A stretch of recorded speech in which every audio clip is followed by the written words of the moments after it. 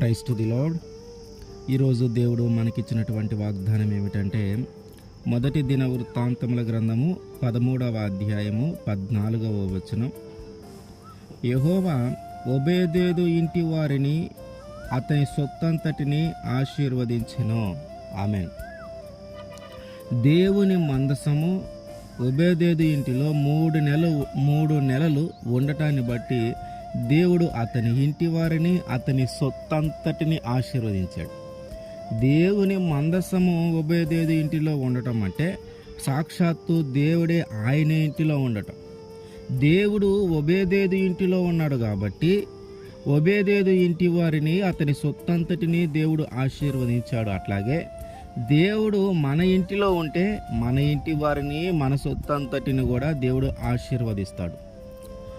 దావీదు గారు రాజైన తర్వాత సొలొమోను రాజుగా ఉన్నటువంటి ఆ సమయంలో యుద్ధంలో ఒకసారి మందసము పట్టబడి కిర్యత్యారీములో ఉంచబడింది.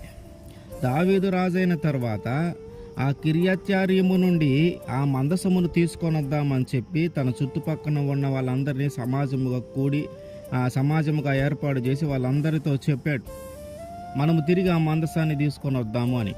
అందరికీ ఆ చెప్పిన మాట చాలా నచ్చింది, ఇష్టపడ్డారు.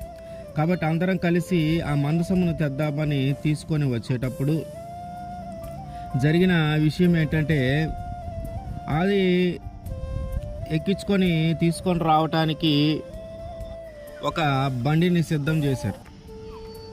ఆ బండిని సిద్ధం చేసి క్రొత్త బండిని సిద్ధం చేసి దాని మీద ఈ మందసాన్ని పెట్టారు. ఉజ్జాయి అయ్యోయాయి బండిని తోలుతూ ఉన్నారు. అయితే కొంచెం దూరం వచ్చిన తర్వాత ఈ బండిని వీళ్ళిద్దరూ తోలుతూ ఉన్నారు.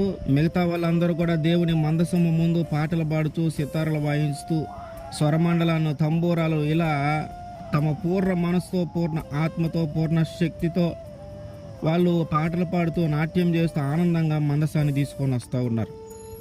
అయితే కొంచెం దూరం వచ్చిన తర్వాత కీదోను కళ్ళము వద్దకు, కీదోను అనే కళ్ళము ఆ ప్రాంతానికి వచ్చినప్పుడు ఈ బండిది చక్రము కొంచెం తేడా పడింది. అది కొంచెం జారేలేకే వెంటనే ఇప్పుడు బండి లాగుతున్నటువంటి ఆ ఎద్దుల యొక్క కాళ్ళు కొంచెం జారినందున ఆ బండి ఒకసారి కింద పడబోయింది. మందసం ఒకసారి కింద పడిపోయేలేకే అరే మందసం పడిపోతుంది అని చెప్పి ఉజ్జా చేయి చాపాడు దాన్ని పట్టుకోవటానికి. వెంటనే దేవుని కోపం అతని మీదకి వచ్చింది. అతను అక్కడికక్కడికే చనిపోయాడు. ఎప్పుడైతే ఇది జరిగిందో వెంటనే దావీదు గారిలో భయం కలిగింది.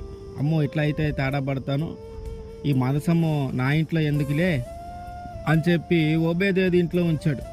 తనకి నష్టం జరగకుండా గిరితే ఒకవేళ ఓబేదేదుకి జరిగిద్దిలే, ఆయనకి ఏం జరగకపోతే అప్పుడు తీసుకొని మా ఇంట్లో పెడదాం, ఆ మందిరంలో పెడదాం, ఆ రాజ్యంలో నా యొక్క కోటలో పెడదాం అని అనుకున్నాడు.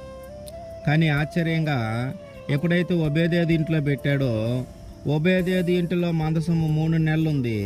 ఈ 3 నెలల్లో దేవుడు ఆ ఓబేదేదును అతని ఇంటి వారిని అతని సొత్తంతటిని ఆశీర్వదించాడు.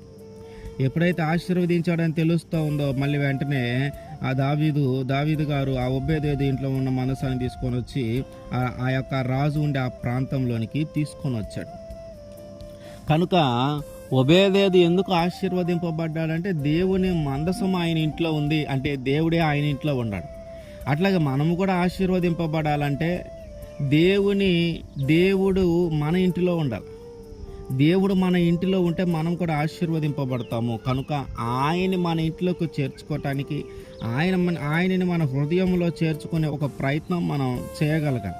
ఎప్పుడైతే ఆయన మన ఇంటికి వస్తాడో మనకున్న లేమి, మనకున్న బాధలు, మనకున్న కష్టాలు అన్నీ తొలగిపోతాయి. కలిమిలోనికి, అభివృద్ధిలోనికి, సమృద్ధిలోనికి ఆయన మనల్ని నడిపిస్తాడు. ఆయన మన ఇంటిలోకి వస్తే ఇక ఏది మనకి కొదువ ఉండదు.